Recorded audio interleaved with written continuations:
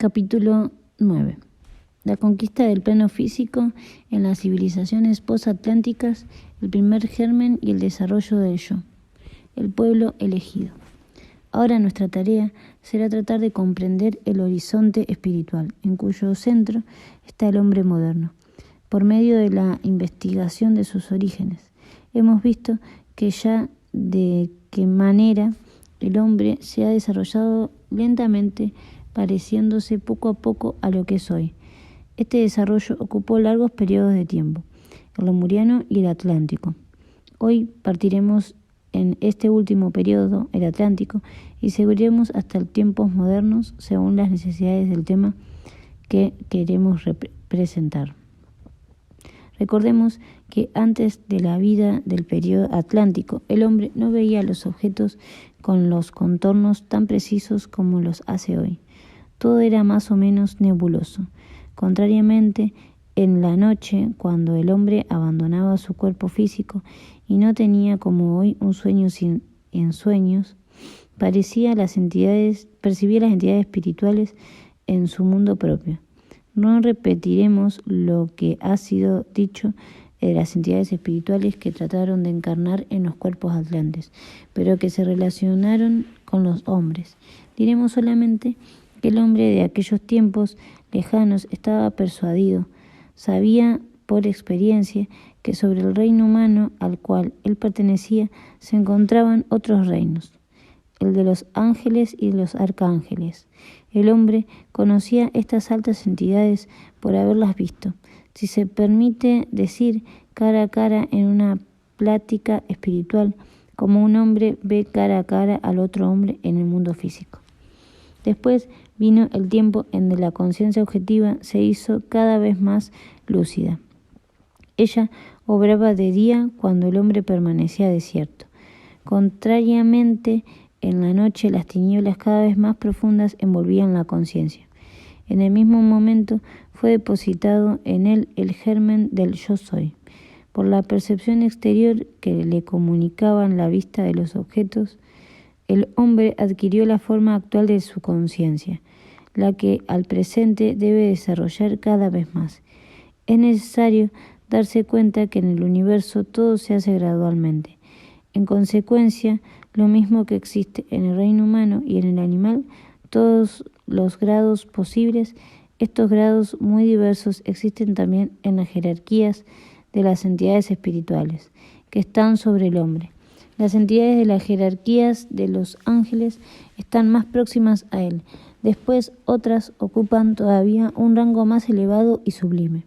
Si nuestras miradas alcanzaran los mundos superiores, encontraría allí todos los grados imaginables.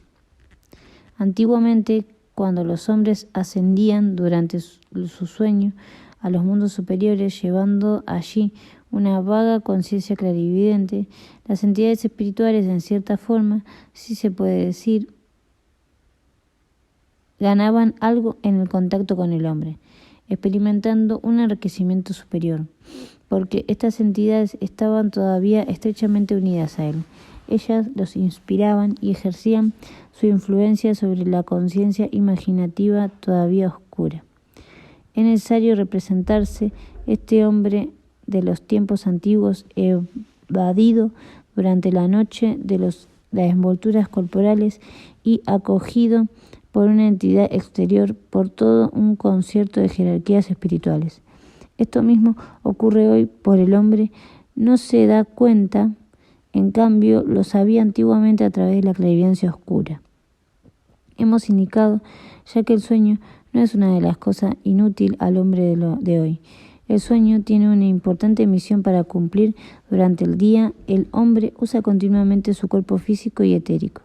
La vida que él lleva a partir de su despertar es una actividad completa de estos dos cuerpos, y la fatiga que experimente a la noche traduce simplemente el desgaste debido a que las percepciones del mundo exterior han estado en el hombre por su cuerpo astral, por medio de sentimientos, impulsos, sufrimientos y toda clase de impresiones que la han invadido. Lo que se desarrolla allí en las almas desgasta durante el día nuestro cuerpo físico y nuestro cuerpo etérico. Habiendo trabajado todo el día para destruir estos dos cuerpos, nos encontramos fatigados en la noche. Sin embargo, durante la noche, mientras estos dos cuerpos reposan en la cama, el cuerpo astral y el yo no quedan inactivos. El cuerpo astral envía durante la noche su fuerza a los otros dos cuerpos dormidos. Trabaja y repara lo que ha sido usado y destruido. Esto es posible solamente porque el cuerpo astral se encuentra en aquel momento en otro mundo que lo acoge. Este mundo expandido sobre el mundo humano es el mundo de los ángeles, de los arcángeles y de las jerarquías. Es como un océano de entidades espirituales que rodean al ser humano y de las cuales está separado durante el día porque el contorno de su cuerpo y de sus percepciones lo aísla en el espacio.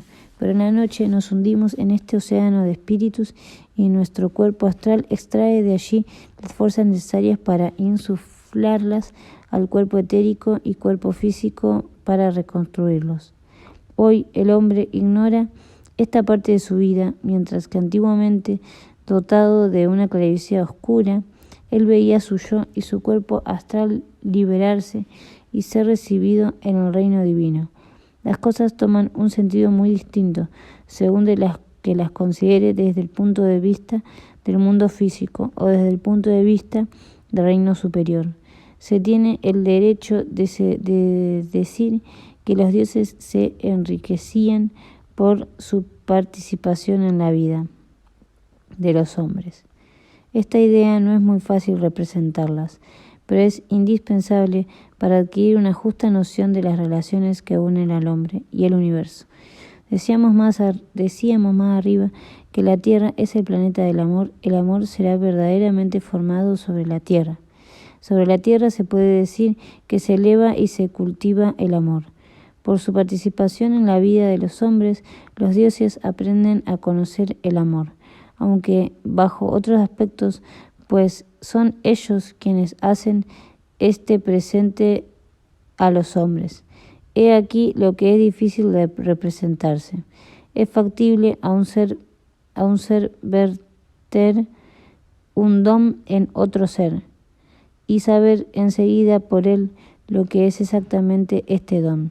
Imagínense una persona muy rica, que siempre hubiera conocido solamente la riqueza e ignorara profundamente la satisfacción que produce la beneficencia.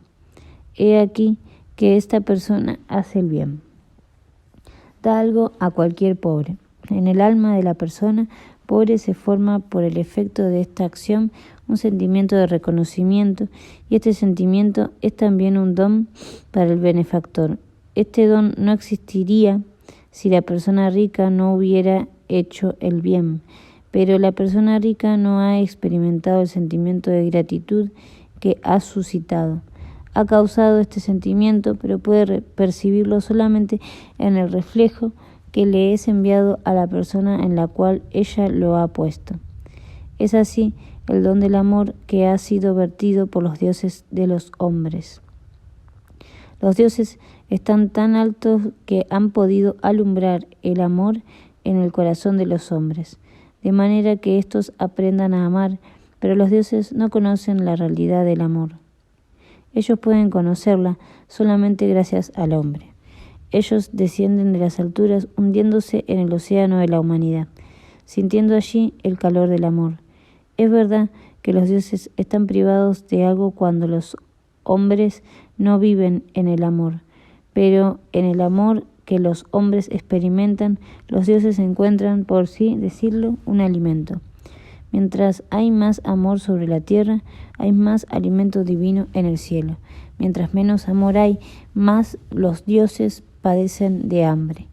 Las verdaderas ofrendas de los hombres a los dioses es en realidad el amor engendrado en los corazones humanos que sube hasta el cielo.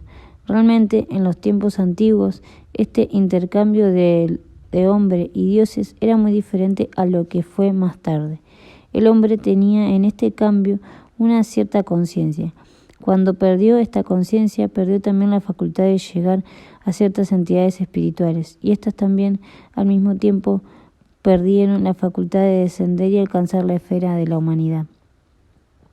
Durante las épocas atlánticas, el hombre vivió entre varias entidades espirituales y, a medida que ya no pudo levantar su mirada hacia ellos, una cierta categoría de estos seres divinos perdió la posibilidad de experimentar lo que el hombre le había hecho experimentar hasta entonces. Había entre las divinidades de la Atlántida seres espirituales que desde la destrucción de ese continente fueron literalmente privadas de su alimento habitual y sufrieron una especie de hambre porque no encontraban más el camino de la humanidad. Sobre este punto de vista, veamos a continuación la evolución. Sabemos que en los confines de la Irlanda actual se encontraba una tierra, una región, en la cual vivieron los seres más evolucionados de la época atlántica. Estos hombres tenían una madurez que les permitía seguir los progresos de la evolución. Ellos se dirigieron hacia el este y poblaron toda Europa. Algunos de ellos, entre ellos, quedaron rezagados en un cierto estado de evolución, mientras que otros progresaban. Los más evolucionados emigraron hacia las comarcas de Asia Central y otros hacia África. Pero en estos países encontraron los pueblos que eran los últimos vestigios de la antigua Atlántida y la Lemuria. Se mezclaron allí y de ellos surgieron las formas híbridas de los griegos presentaron en sus bellas artes, el tipo Sátiro, el tipo Mercurio y el tipo Zeus. Con esta migración del oeste al este, los estados de conciencia de la humanidad se transformaron cada vez más. Los hombres que veían del oeste habían conservado los últimos vestigios de la antigua clarividencia, los cuales iban desapareciendo cada vez más. Muchos de ellos hasta habían perdido los vestigios de clarividencia antes de que ocurriera sobre la Atlántida la catástrofe final. Otros de los que conservaron fueron los que emigraron y poblaron Europa, Asia y África. Por todas partes había quienes tenían la facultad de arrojar una mirada entre los mundos espirituales en el cierto estado psíquico, por ejemplo, entre el sueño y la vigilia. Es allí que Botán fue un personaje bien conocido por los atlantes. Todos los atlantes habían tenido con él relaciones más o menos directas, tal como una persona que pertenece a un reinado la tiene en nuestros días con su comarca, con su monarca. Pero el recuerdo consciente se fue perdiendo cada vez más. Entre los pueblos europeos y más aún entre los antiguos germanos, muchos hombres conocían todavía un estado de oscura clarividencia intermedia entre el sueño y la vigilia. En este estado entraron en relación con Botán, que existía realmente el mundo espiritual y que había estado ligado por las necesidades de la evolución, pero ya no podía llegar a los seres humanos de la misma manera que lo hacía anteriormente. Esto nos conduce al principio de los comienzos históricos, donde reinaba todavía una clarividencia primitiva natural. Los hombres que compusieron entonces toda clase de narraciones sobre los dioses las extraían de los tesoros de su propia experiencia. No olvidemos que los hombres se hundían cada vez más profundamente en el mundo físico material. En consecuencia, los dioses perdían cada vez más la posibilidad de tener relaciones con ellos. Poco a poco la relación de los dioses quedó reducida a algunos hombres elegidos. Ellos quedaron separados de los hombres comunes hacia los cuales no podían descender. Solamente pudieron ponerse en relación solamente con las personalidades capaces de elevarse hacia ellos por una disciplina especial, elevándose, por así decirlo, hacia su encuentro.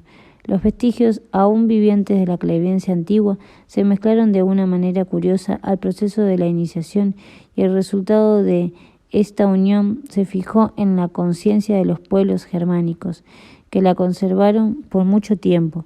Durante la época atlántica, Los hombres decían: durante mi sueño me evado de mi cuerpo físico, y mi cuerpo etérico sube hacia el reino de los dioses. De la misma manera, cuando yo muera, subiré hacia ese mismo reino de los dioses. Ellos me son bien conocidos y allí los encontraré.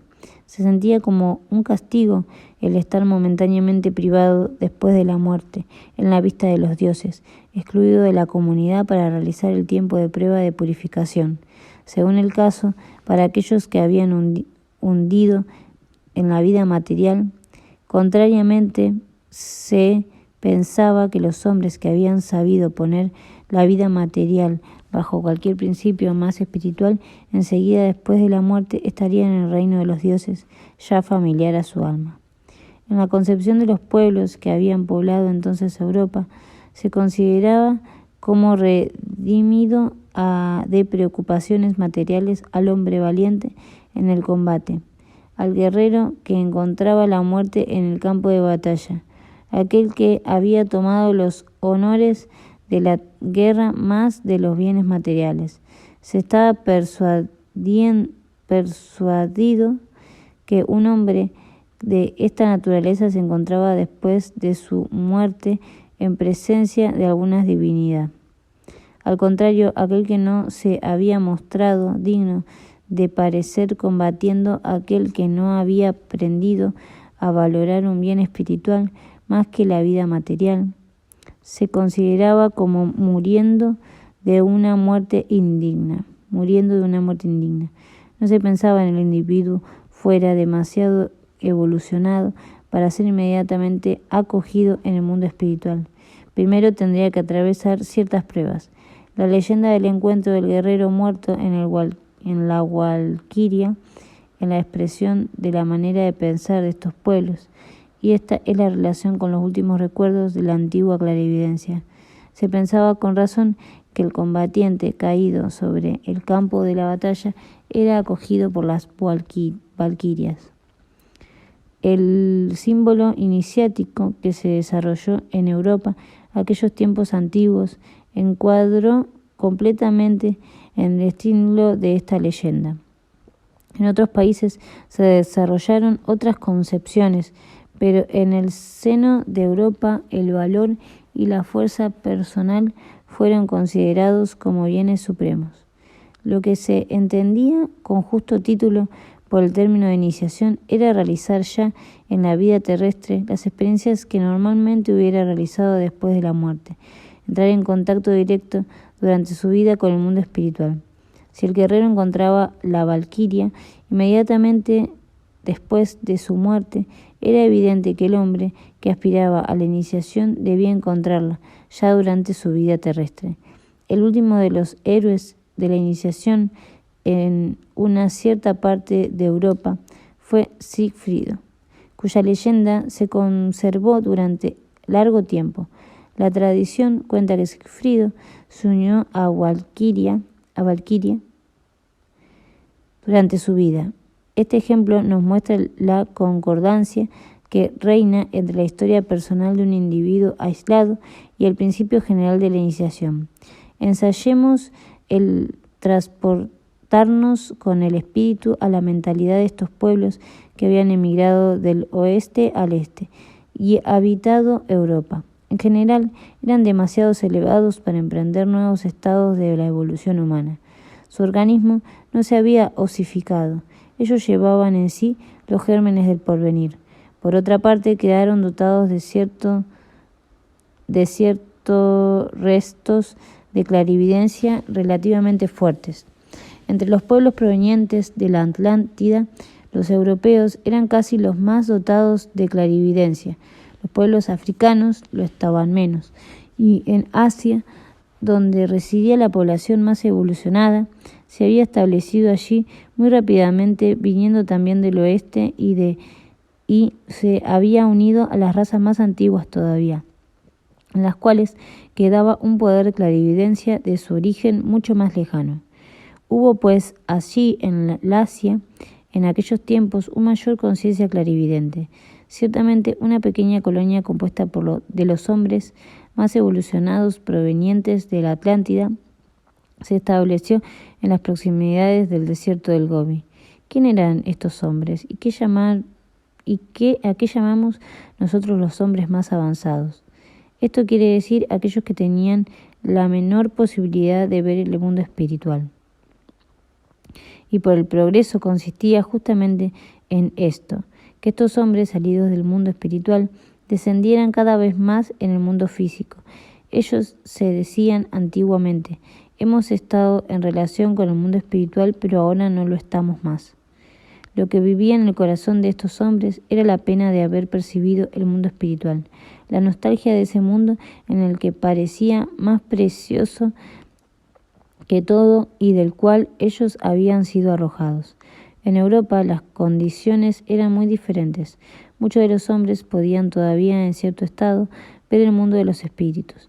En aquellos antiguos tiempos en que los misterios existían todavía en Europa, cuando los iniciados, gracias a su desarrollo oculto, ascendían en plena conciencia hacia el mundo espiritual y contaban enseguida que existían en este mundo tal o cual divinidad, que después de su muerte el hombre jugaría tal o cual rol. Cuando ellos anunciaban todas las verdades bajo formas de mitos, leyendas y evocaciones grandiosas, habían hombres que las comprendían porque ellos mismos habían visto en parte el mundo narrado. El modo de vivir y habitar que reinaba entonces en esta Europa primitiva permitía perfectamente a los no iniciados contemplar y no a los dioses supremos, al menos el mundo espiritual más próximo, razón por la cual estos hombres creían. Los mundos espirituales les eran todavía familiares y semi-conocidos. También tenían una humanidad, un sentimiento muy particular que no poseían los otros pueblos de la tierra.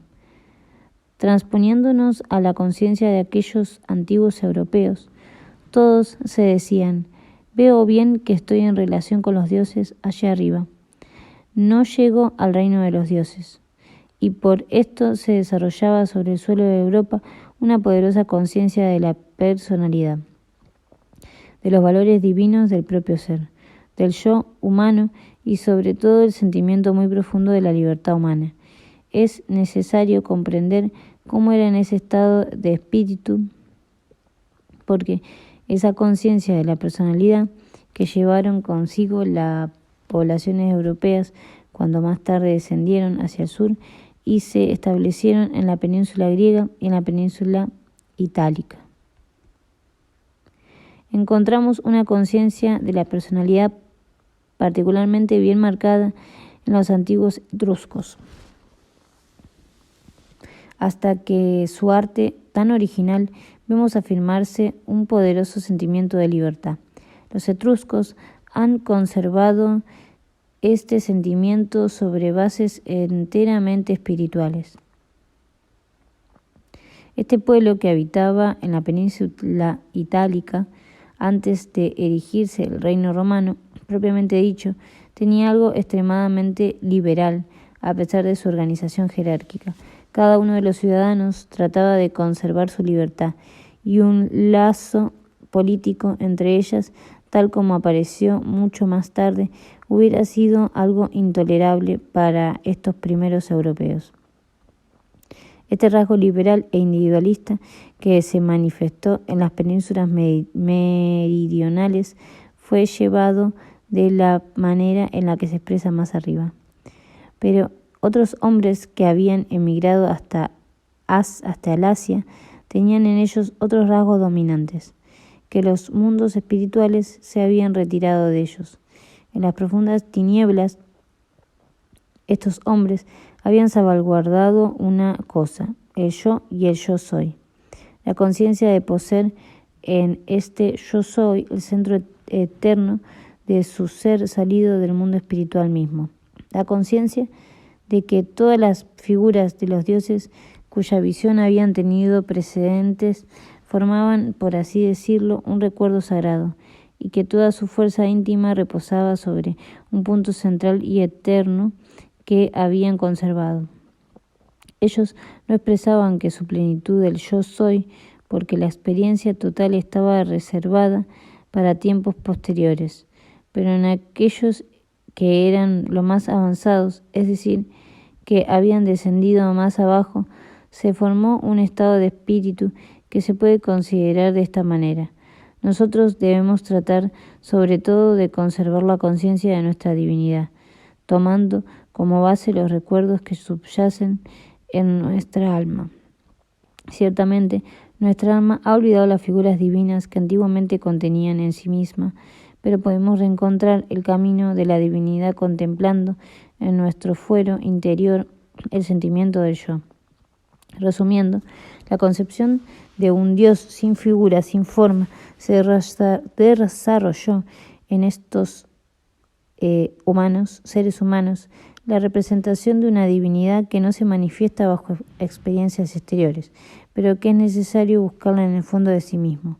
Esta concepción, que es una antigüedad considerable en el seno de las razas que hablamos, es la que más tarde en la humanidad más evolucionada ha dado mandamiento siguiente: tú no harás imágenes de Dios. En épocas más antiguas se sentía al Dios mismo bajo forma de imagen. Ahora las imágenes se habían retirado de las tinieblas, ocultándose allí. Y se buscaba con todas las fuerzas reencontrar el Dios en el yo, donde está sin forma, hacerlo pasar a las representaciones y el pensamiento, es decir, concebir y sentir una idea y una forma divina. Esto no fue inmediatamente posible. En los primeros tiempos de la civilización post-atlántica, el recuerdo y la pena de los que había perdido era demasiado intenso todavía.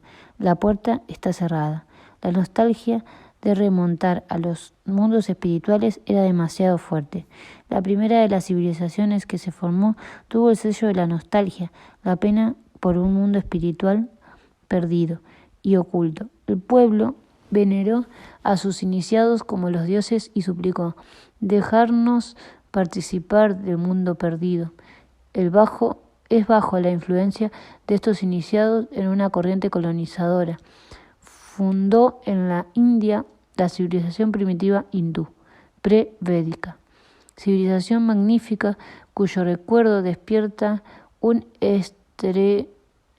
estremecimiento de respeto sagrado y cuyos últimos ecos se encuentran en los Vedas. Aquella fue la era en la que la nostalgia del mundo espiritual perdido era tan grande que procuró reencontrar los medios artificiales de la relación perdida con los dioses y los espíritus. La aspiración de evadirse del mundo terreno es el cual se había descendido fue el sentimiento más intenso de los hombres en la primera época post-atlante. Ella inspiró en las almas que en aquellos tiempos pudieron todavía ponerse bajo la dirección de los iniciados, es decir, los santos rishis. Estas almas experimentaron poco más o menos este sentimiento. El mundo que vemos alrededor nuestro, el mundo que acabamos de conquistar, el mundo del plano físico, es solamente una ilusión, no tiene valor, es maya. Solo vale el mundo que se encuentra detrás de las ilusiones del plano físico.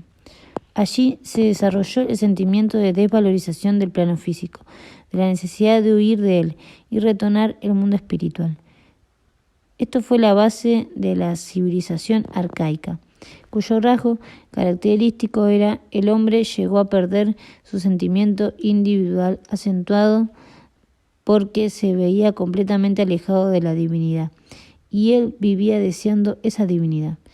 Intentó confundirse con lo divino al precio de menguar su propia personalidad.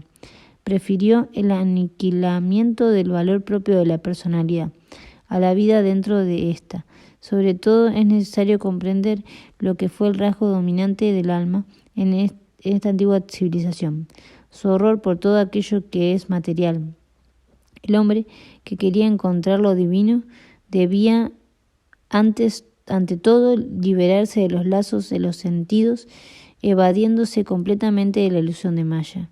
Esta fue la primera de las civilizaciones post-atlánticas, pero la misión del periodo post-atlántico es permitir al hombre apropiarse cada vez más del mundo en el cual vive, conquistando cada vez más. La segunda era, la de la civilización persa primitiva, precedida por Zoroastro, representó la primera fase de esta conquista del mundo. Los antiguos persas prehistóricos, de los cuales se trata aquí, tuvieron por origen una rama de los últimos atlantes emigrados. También una conciencia muy distinta del plano físico. Este les parecía algo real, algo que no les era del todo extraño. Ellos ya no tenían en cuenta, no lo estudiaron, pero sí lo reconocían. El persa antiguo sentía en él algo hostil, pero que no se podía dominar, un enemigo que se podía vencer. Él fue amigo y compañero del dios Hormuz para liderar la materia. Poco a poco comenzaba a descubrir que el mundo exterior no es solamente maya, una experiencia inexistente, sino una relación digna de atención. Vemos otra corriente que se dirige enseguida hacia el Asia Oriental y en África, dando nacimiento a la civilización caldea egipcia. Allí se había avanzado un paso más a la conquista del mundo físico. El hombre que había transformado y no experimentaba el mundo sensible, el mundo exterior, como un ser enemigo o un ser inexistente. Levantaba las miradas hacia las estrellas y se decía: estas estrellas no son maya, no son una simple ilusión. Se puso a contemplar el curso de los astros y estudió las relaciones diciéndose: es la expresión exterior de los dioses soberanos. La escritura de los dioses han escrito: lo sensible no es una ilusión, sino la manifestación de los dioses. Un paso más se había dado.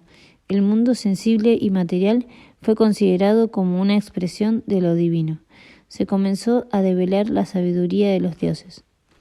En Egipto, el hombre hizo descender su mirada del cielo. Estudió la geometría para dominar la tierra y se unió en elementos espiritual con la materia sensible. Fue un progreso considerable en la evolución grado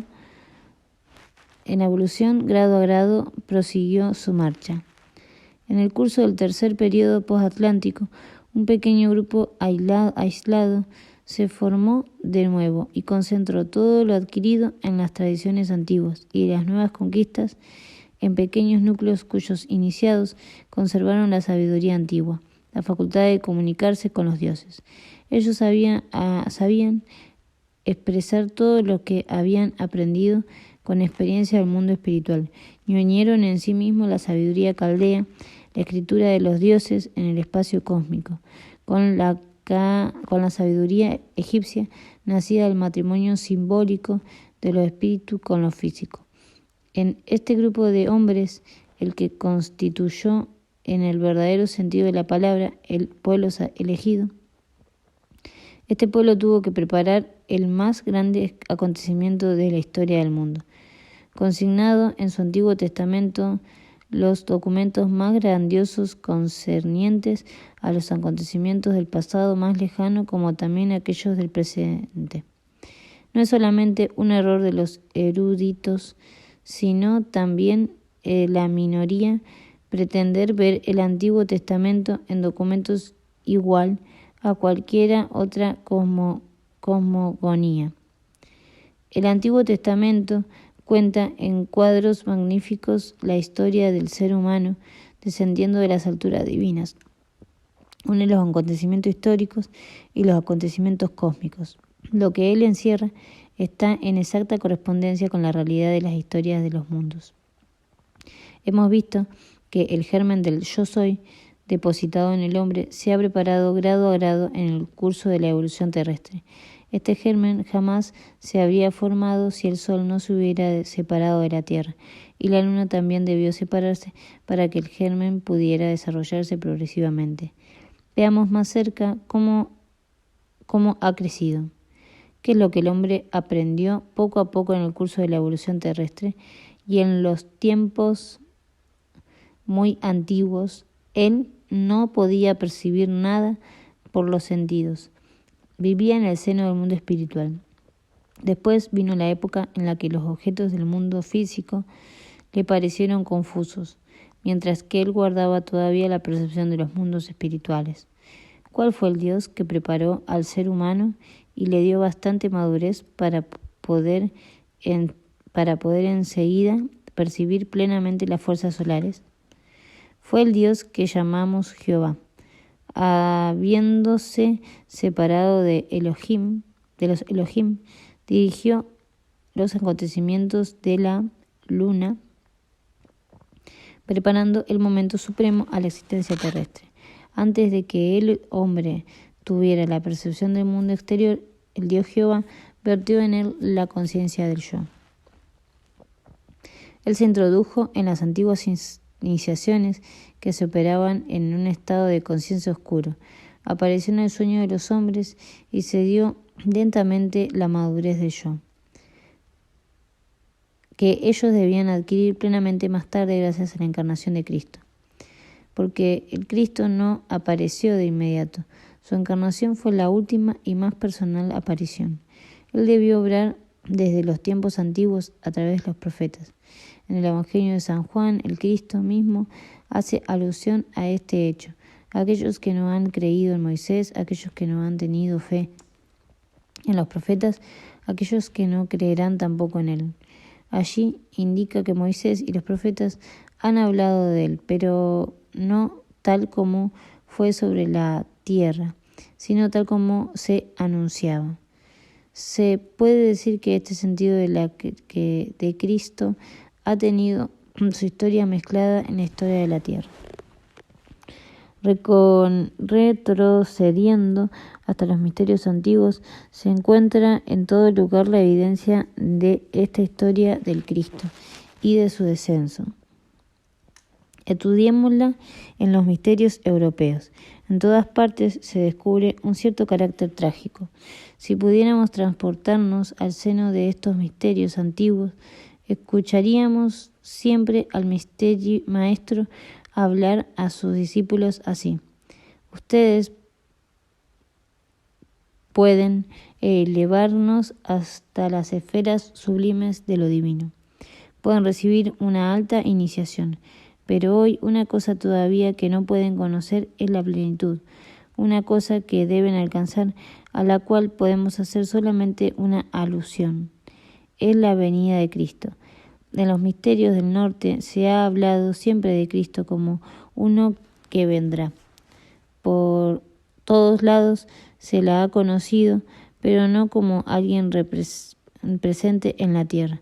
Los iniciados de Asia y Egipto todos supieron en el Cristo estaba en camino y que un día Él estaría allí. Todos supieron de los misterios antiguos, Todos supieron que los misterios antiguos no conducían hasta el grado supremo de la iniciación. De este conocimiento quedan huellas y símbolos. Naturalmente no podemos interpretar rigurosamente las cosas.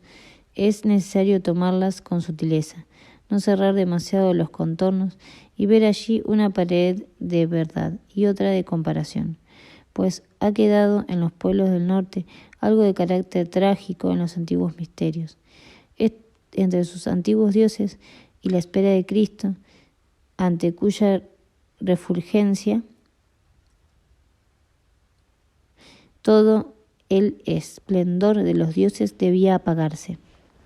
Esto se encuentra hasta en las leyendas de la mitología germana más reciente. Así se atribuye a Sigfrido un trazo particular. Era invulnerable, tenía la fuerza de los iniciados en el sentido de que los entendía a los misterios europeos, pero en lugar de su cuerpo era vulnerable y allí fuese herido moriría. ¿Qué punto era este? El lugar de la espalda sobre el cual se debe apoyar la cruz llevada por el Cristo camino al Calvario. Solo este lugar era vulnerable en Sigfrido. De allí el último vestigio de carácter trágico que marcó a los antiguos misterios europeos. A menudo también en los misterios o en los antiguos testamentos se hacen alusión a estos trazos particulares de la evolución humana. Moisés había sido iniciado allí y los habían trasplantado de su pueblo, tanto como era posible. Podemos esbozar lo que sigue, lo que no es un signo vano, sino un signo en el cual reside una profunda realidad. Representémonos el hombre en su cuádruple estructura: yo, cuerpo astral, cuerpo etérico y cuerpo físico, aclarados por el sol. Porque el Cristo vino a la tierra, el hombre fue apto para recibir las fuerzas físicas y espirituales del sol. Antes era de otra manera. Durante la noche, cuando sus cuerpos estaban separados, no era la luz directa del sol, sino la luz reflejada por la luna que descendía hacia el hombre. Él recibía y acogía esta luz reflejada.